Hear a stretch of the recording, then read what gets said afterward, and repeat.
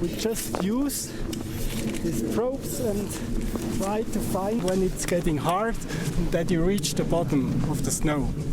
And then you can read how many meters.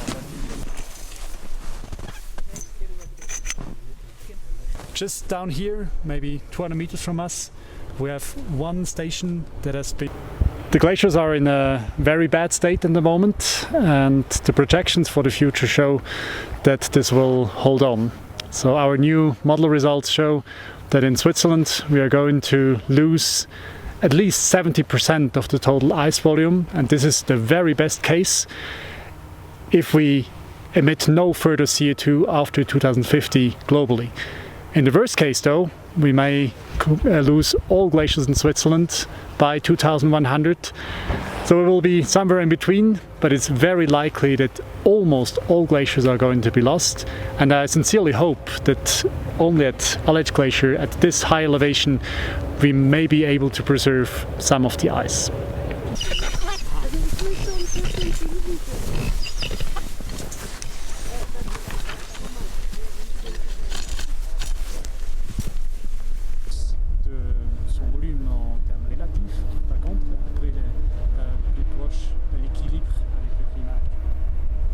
Est-ce que vous avez l'impression qu'il y a une prise de conscience qui est suffisante?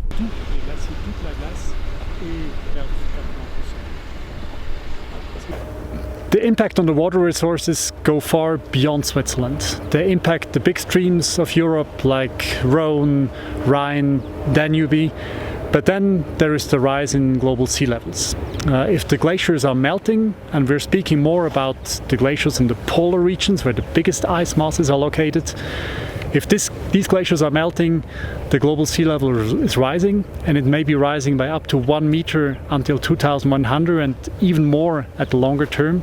And this is putting many big cities worldwide under threat, and we cannot relocate New York in a few decades. Jungfraujoch mit ewig Schneefall und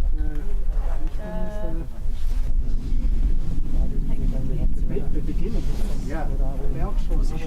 And here it's already more compact, right?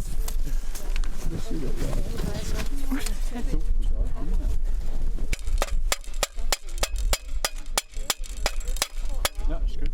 And that's how we can get the density. Then we have a scale and we measure. Refléter la réalité. Alors on a besoin de quelque chose, quelques measurements qui nous disent précisément. The glaciers in Switzerland have retreated by, the volume retreat is about 40% since 2000. Of this 40%, 10% have been lost just in 2 years, so in 2022 and 2023. If we now imagine that these are not going to be such extreme years anymore, but this is going to be the new normal, we will accelerate the glacier volume change or retreat enormously. So we're still hoping that those are extreme years and we stick to this 40% in the last 25 years. We would need to overlay this in the office. And this is usually done at different positions on the glacier as well.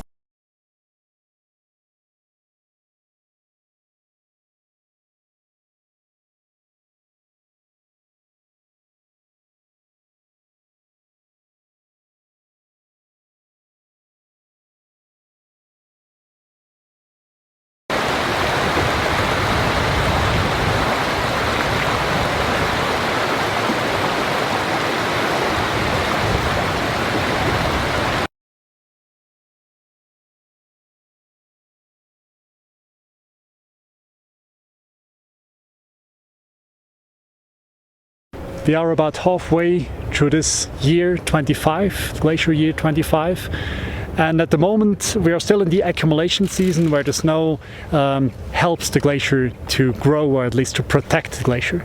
The situation is not good at the moment. We have below average snow depth on Swiss glaciers, and this is putting us in a bad situation regarding the next summer melting.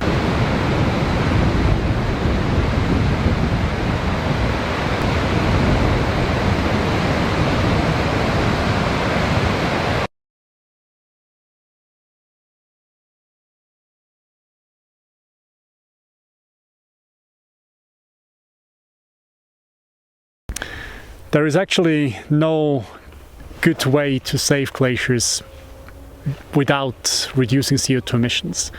There are some technologies that can be used to reduce the ice melting very locally, but these technologies are not applicable at a large scale, and they will not save glaciers. They will just save the ice at a very local place where the ice has an importance for touristic activities, for example. So there is just one choice. We need to reduce CO2 emissions globally and quickly, and this will not only help our glaciers, it will also mitigate many of the other negative consequences of climate change.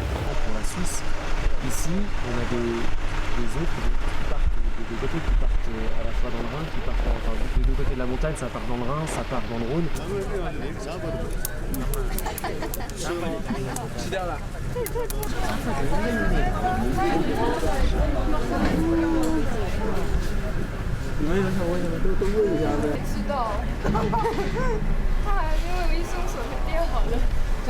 I sometimes do, but it's not. They are blackbirds. You can't say that out loud.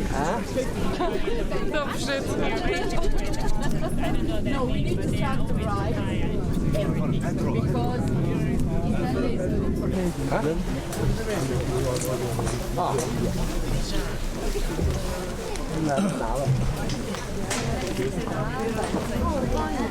like that one. Let me just. We have been facing a lot of issues relating to it. There was a beautiful Himalayas over in India, but due to global warming, we can't even see the glaciers. So we are highly much concerned. As an Indian, I'll say that global warming is quite problematic for our world. I think it's the responsibility that we all have to take.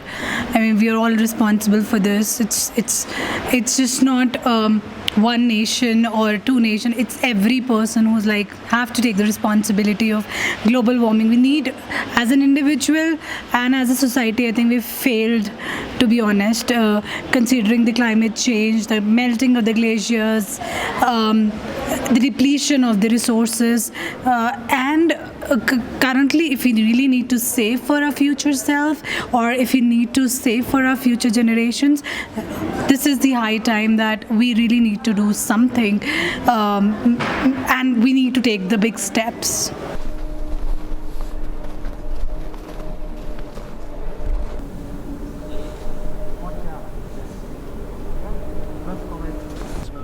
Alaska, Patagonie, Asie centrale.